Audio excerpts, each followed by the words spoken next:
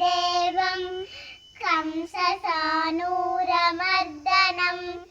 देवकी परमानन्दं कृष्णं वन्दे जगद्गुरुम् अतसी पुष्पशङ्काशं हारनूपुरशोभितं रत्नकङ्कणकेयूरं कृष्णं वन्दे जगद्गुरुं कुटिलालकसंयुक्तं